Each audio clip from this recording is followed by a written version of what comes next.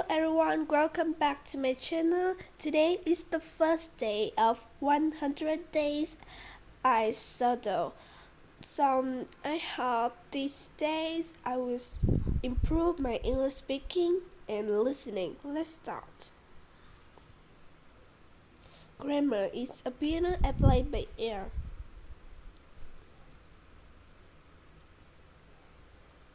In 1954, Winston's Secrets launched an art so controversial. Broadcaster refused to say it on the air. But the uproar had nothing to do with the dangerous product being advanced.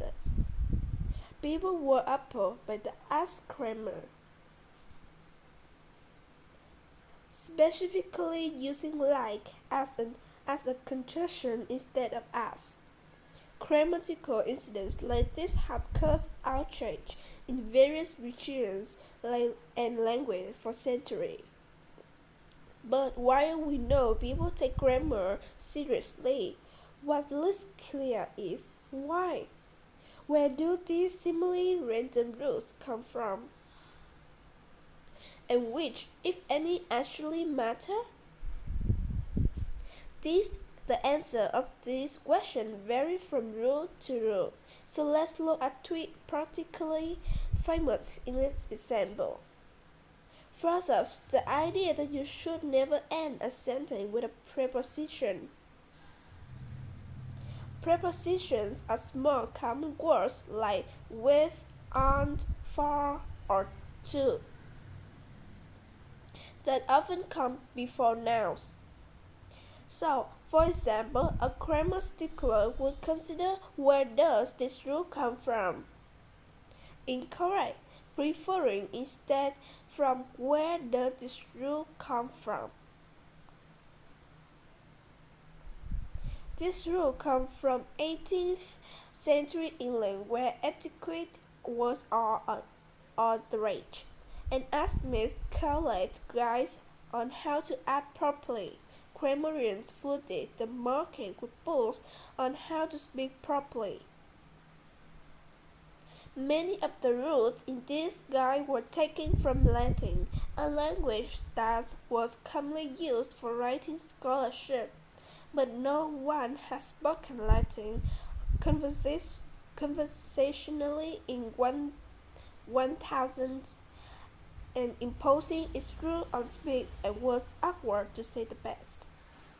The rule to never strand a preposition without a noun was one such revered really.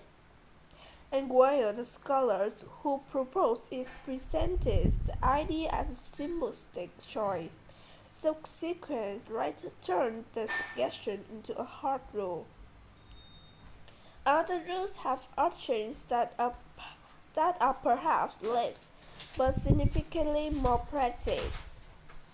Consider the idea that you should use fewer when referring to countable nouns like water bottle, and less when referring to nouns we don't count like water. This rule comes from another 18th century grammarian called Robert Packer, who for reason and now believe less are inelegant when used with countable nouns. This may seem strange, but people today weight similar words on so-called lesser language, said like or literally. Besides, Baker's prevents were parts of the larger craze for codifying English. For centuries after the Norman Conquest in 1066, French was the language of nobility in England, while English was seen as the language of commoners.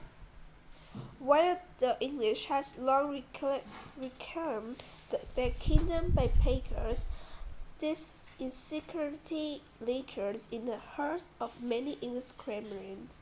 In fact, Baker also wanted King Charles to establish an Academy of Letters with 50 officials to protect the English language. Thus 10 more official than were employed in French grammar guard. L'Académie of France.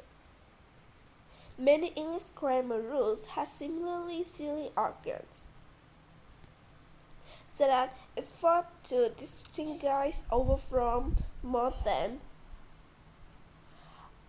our or our attachment to Latin plurals. The stack of all these grammatical debates are mostly academic, but one frequently discussed rule that have some real-world consequences. For centuries, they have been used in classic literature and everyday speech as both a plural and singular pronoun.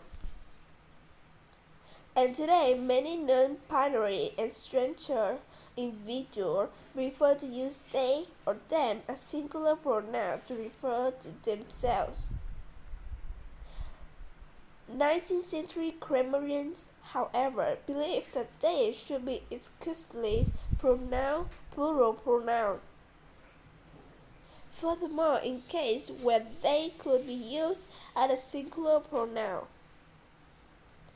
they argued the words to be swapped for the generic he.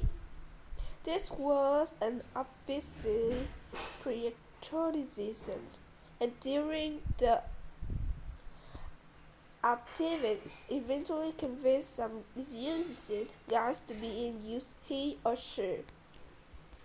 But today this quibble continues to cause confusion. Even though most official grammar guides have accepted they as both a singular and plural pronoun. This isn't the first time we have this kind of pronoun predicament. For centuries, you were also considered an exclusively plural pronoun, and yet today it's completely accepted in a singular situation. And that's because grammar isn't a hard science. It's something we are built together to reflect the people using it. So however strange a rule urgent may be, the usage we choose to respect today is far from arbitrary.